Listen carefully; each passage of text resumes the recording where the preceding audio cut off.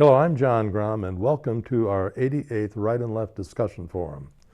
We hold our discussion forums twice monthly to demonstrate that open-minded discussions on contentious topics can expand knowledge and lead to common understanding. Today's topic is actually an open discussion on the uniqueness of the 2016 election cycle.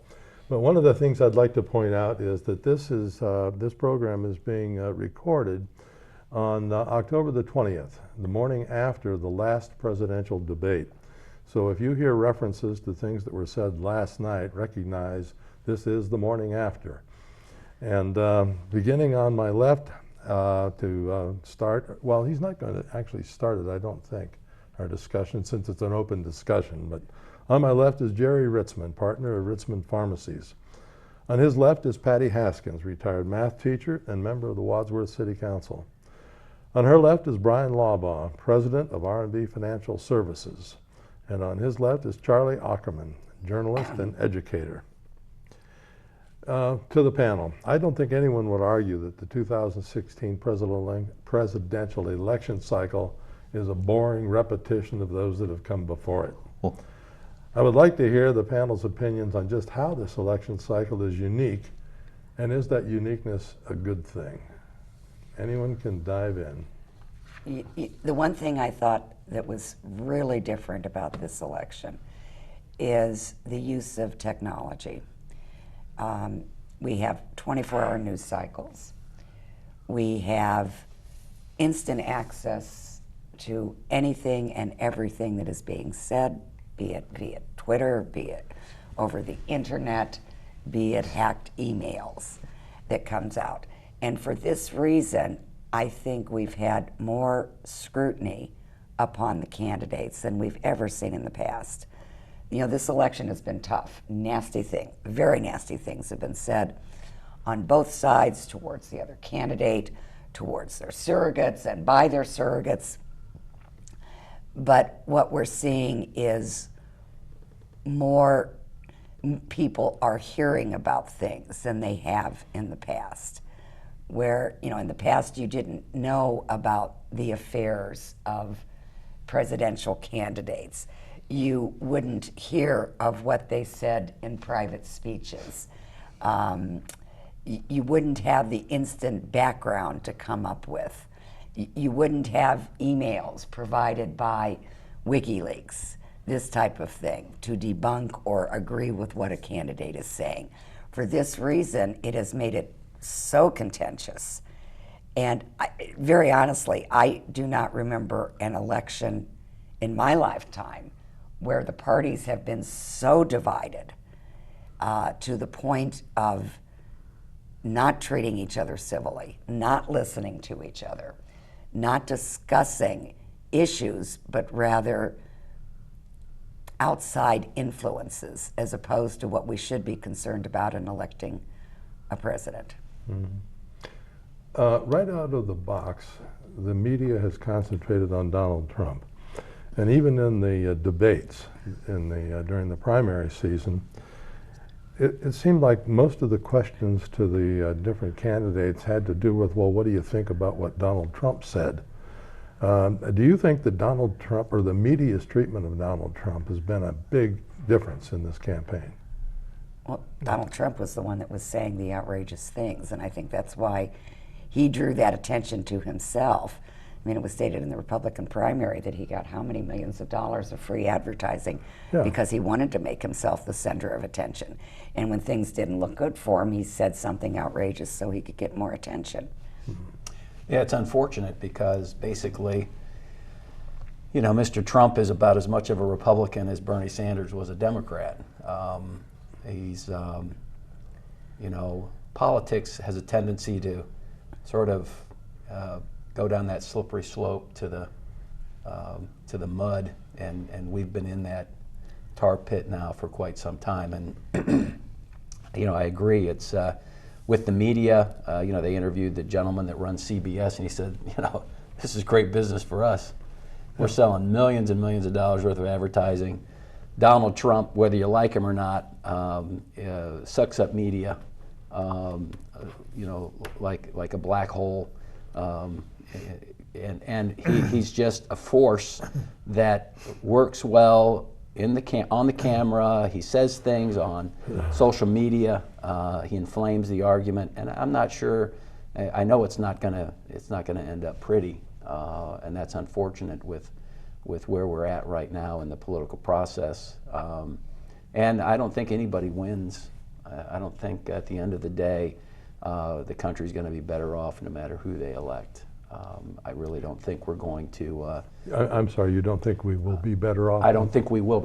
No, we're going to be worse off after the election than we are, today, because we cannot continue as a country to ignore the structural problems that we have for these silly things that they want to discuss and they want to argue about. It's not going to get us where we need to be 5-10 years down the road.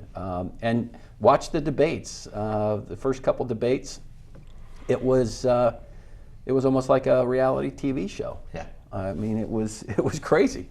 And I watched the debate last night in preparation for this. I watched it to the bitter end, and it didn't surprise me. I didn't learn anything new. Very scripted. The responses, you could tell when Mr. Trump got baited into the questions. I wonder sometimes about capacity and ability to articulate a message. The one candidate was on script, obviously had her lines memorized, did a nice job of debating. And I think that's unfortunate for everybody. I think there's some things we really need to get to and get to the bottom of in our country if we're really going to be serious about the future. So. Well, Bryan, you talk about the response that we see here in the United States. I think it's probably more widespread than that. I think the response to one of the candidates is reflective or even paralleled in what we saw in the Brexit vote. I talked with a friend of mine who had spent a number of years in Great Britain as a director of a Fortune 500 company, and he has communications with folks in Great Britain, and he said, the response is the same. People are fed up with being affected by decisions that are made by individuals or groups of individuals that don't have to put up with any of the consequences of those decisions. They are not protected. So the unprotected are saying, enough, you've made decisions that are affecting me, but not you.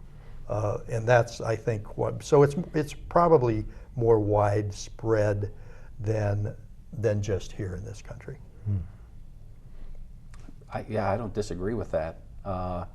There's a variety of issues that have to be tackled, but I'm not sure that this is the method to have that happen. It just feels like one campaign is playing chess while the other one's playing checkers. I've actually heard that analogy. Yeah. Have you heard that? I didn't. You thought you made that? I didn't make it. I probably heard it somewhere in my sleep or something like that. No, that's great. It's just, I agree. There are plenty of people that have been left behind. There are some things I agree with that have come out of the campaign, Mr. Trump's campaign, that need real answers. I'm not sure if they're getting that. When you're watching him respond to questions, do you get the idea, man, I could have said that a lot better? I'm screaming. That's why he has If you surrogates can't- that come out afterwards and you say, can't hit well, this is what he meant. Curveball. I mean, there are so many times that she laid out something that anybody here, even Patty, could have, if she said some of those things, he could have easily hit that thing out of the park. And it's just like he ignored it and he would start talking about something else. I thought one difference last night too is, and of course the headlines this morning were that Trump made the comment that he was going to wait and see if he was going to authorize. I'll keep you in suspense. I'll keep you in suspense. And I heard Steve Schmidt, who was of course John McCain's campaign manager. I agree with what Brian is saying here, but I do wonder something. We've held 3 debates. Did anybody actually learn anything from those 3 debates about what the candidates will do in office?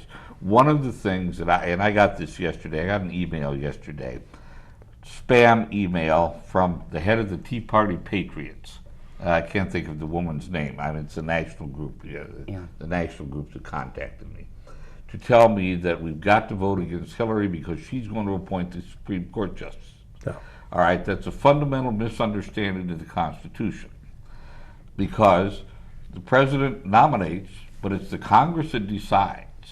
And if the Congress says, no, I don't care how many appointments she makes, she's not going to have any appointments. They have to confirm. That's right. We're going to go on with what we've got right now. But that is part of the misinformation that's being spread out there to the voters. Now, I think there are a lot of people who have been disenfranchised, if you want to put it that way. Disenfranchised, that's probably not the best word that you can use. But a lot of people have been left behind. We have an economy that's changing, and I'm sorry to all the coal miners in the world, but there's no way you are ever going to put all the coal miners back to work in this country, because we're getting away from using coal. So who's going to buy the coal if you do mine it? And we've got technology for mining Yeah. that takes the miners out of the equation, like in Manufacturing. manufacturing. I do a lecture every so often, and and I call it Bimsy or the Boer Goes, and I won't go into why, but anyway, I use two illustrations. If you look at a film of the early Ford Motor Company plant back in the 1900s, it is labor intensive building cars. River Rouge. Kia just built a new plant a few years ago down in Georgia. If you look at the assembly line on that, it's all robots. Yep. There's like 10 people operating robots all over the place. Now, those jobs aren't coming back unless we can figure out a way to make sure they do. So there's going to be a question about that. I just don't. Every year, every 4 years, the University of Akron Bliss Institute runs a seminar, a 3-day seminar called State of the Parties. And I've attended it ever since the very first one.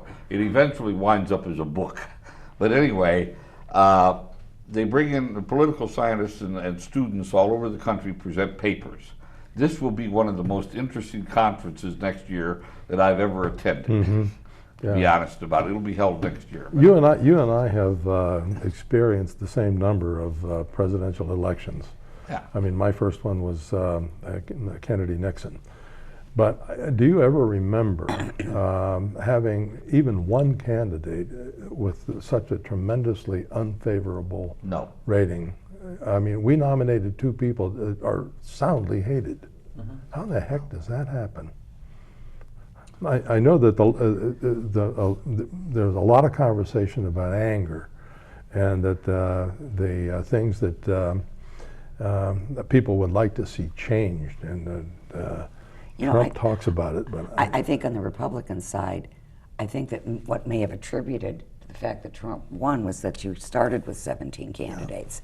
So that really split the vote, and you had that solid core that Trump had. Whereas if you didn't have those other 16, who in many cases were saying the same things, they split everything else, and then he kept that core. On the Democratic side, there weren't as many candidates, but you had a Democratic socialist who, let's face it, Bernie Sanders was not a Democrat. I mean, he caucuses with the Democrats, but he's never labeled himself as such until he wanted to run for president. And the other two, O'Malley and Lincoln Chafee, right? Nobody knew who they were. So she kind of fell into it just as the only one that anybody knew. Well, the thing is, to me, when you look at how the different parties operate, and the Republicans ran into this when they ran John McCain. There was sort of rumblings within the party that, can't we put up somebody? So we're just. He was a real conservative. Yeah, John McCain wasn't this, he wasn't that, but because he's now in line, the establishment is going to run John McCain. Same as Bob Dole. Same as Bob Dole. Right. Nobody's listening. It was his turn. It was right. his It's turn. his turn. And then we got, we ran down the road a little ways, and then we have Mitt Romney, who I was 100% in Mr. Romney's camp. I think he would have been a great president, but it didn't happen. So now the inner workings of our party has said, you know, we've got to do something drastically different, and we end up with Mr. Trump, which I think is going to be to our detriment. Yeah, he surprised an awful lot of people, but when I think about the things that people are angry about in this country, when I think about here in the state of Ohio, we've got a governor and two senators that brag about job creation. Those jobs are created by producing military hardware that the Pentagon doesn't even want. When it comes to the Abram tanks being made in the Ford plant out in Lima, I think it was one of the secretaries of defense said, we've already got too many of them and they're idle of these tanks. When you look at congressmen are allowed to engage in insider trading and get very wealthy on buying and selling stocks based on things that they're about ready to vote for in Congress. We've got stuff like that. Well, John, that brings you to one of your thought starters that you sent to us earlier, is can we elect an honest politician? And I gave some thought to this. And I think, number one, the closer we are to home, city council, county commissioners and so forth, yes, we can elect honest people. The further that their office is, or that the bigger the area that they represent, it's probably less likely to, it's more easy to elect a dishonest person. Take, for instance, James Trafficant over in the Youngstown area. You know, his people, most people in his district didn't think he was a crook. And I don't even know, he might have got reelected again. I don't know. Had he not gone to jail, you mean? Yeah, right. But anyway, so to answer this question, you know, last session you asked a question and I answered it with a series of questions. The question that you put out to us this week was, one of the questions was, can we elect an honest politician? I'll answer that question with a cartoon that we could possibly put up on there. And this is one that is called Pearls Before Swine. And Rat, who is living up to his name, is running for president, and the rally is there, and they're going, rat, rat, rat. And, Charlie. And the question is that, Mr. Rat, what are your campaign promises? And Rat says, I promise that all of the real change in your life will not come from any politician, but only from your own discipline, hard work, and determination. And the crowd is silent. Then he says, and I promise to give you a whole bunch of free stuff. And they cheer for him. And he says, you're getting good at this. And the guy says, Det Schmet, have some money. So can we elect? I think this kind of encapsulates, can we elect an honest politician? Thanks for accommodating me there, humoring me there.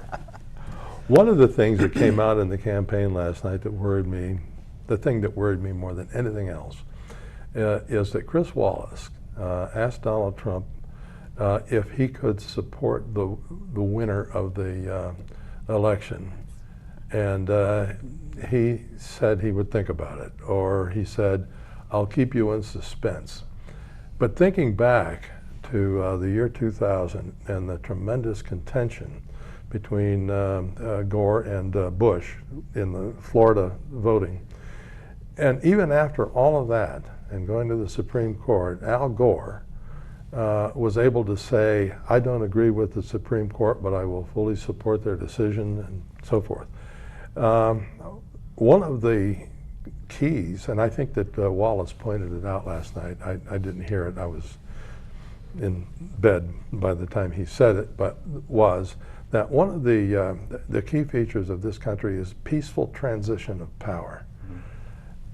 If we have a candidate who will not accept the election outcome, what does this mean to us as a nation? Have we abandoned that precious feature of having peaceful transition? I think it destroys our system.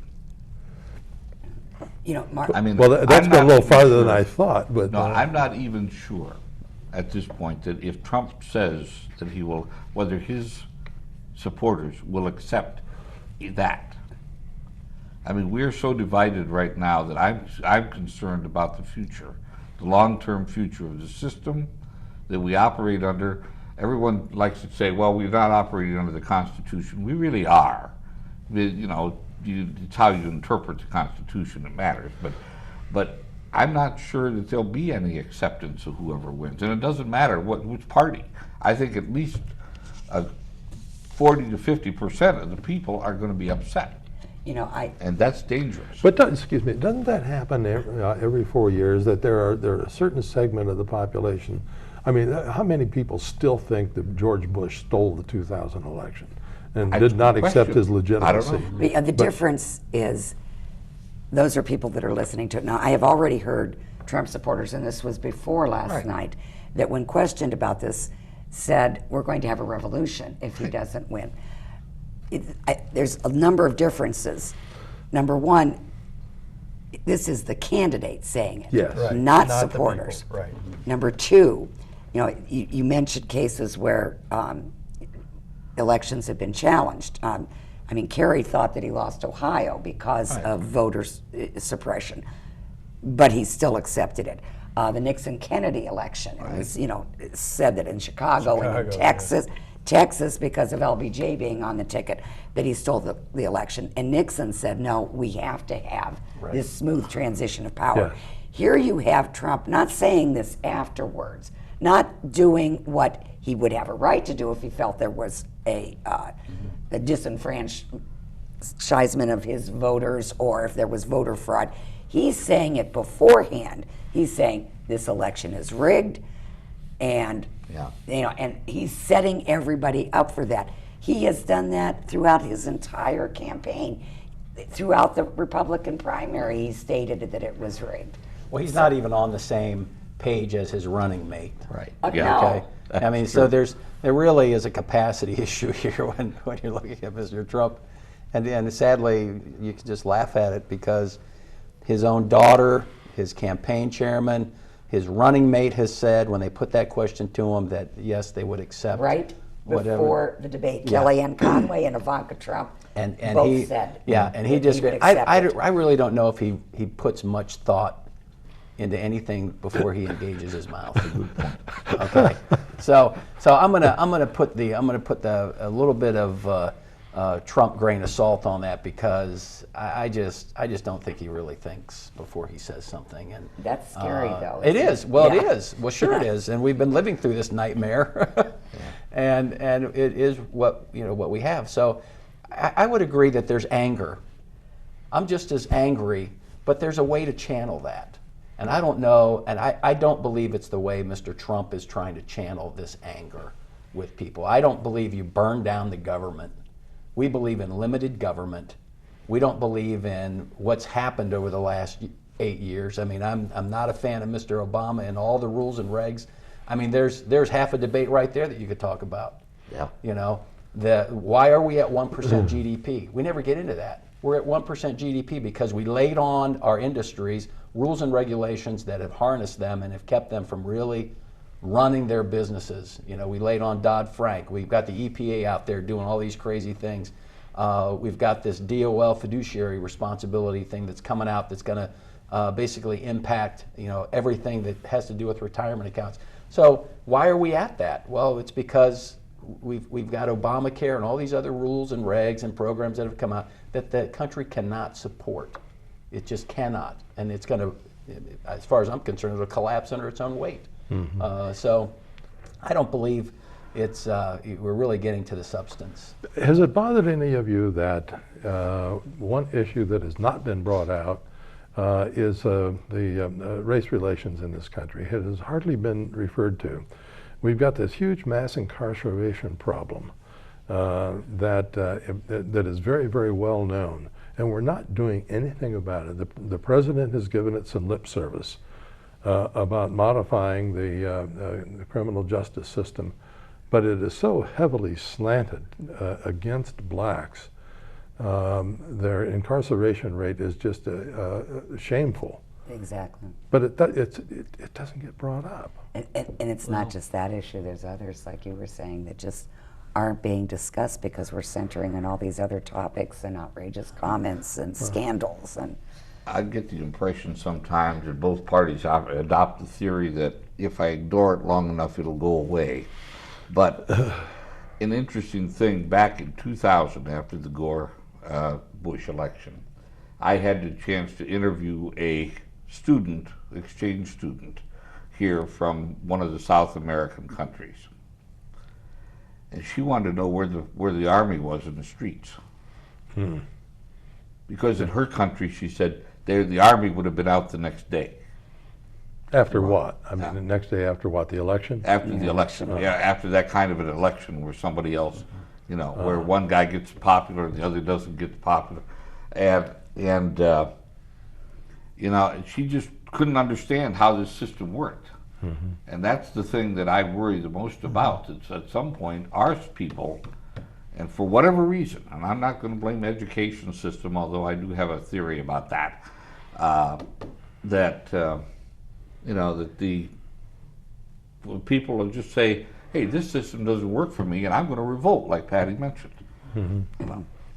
One other very quick question. The media has a different role this time, at least in my observation.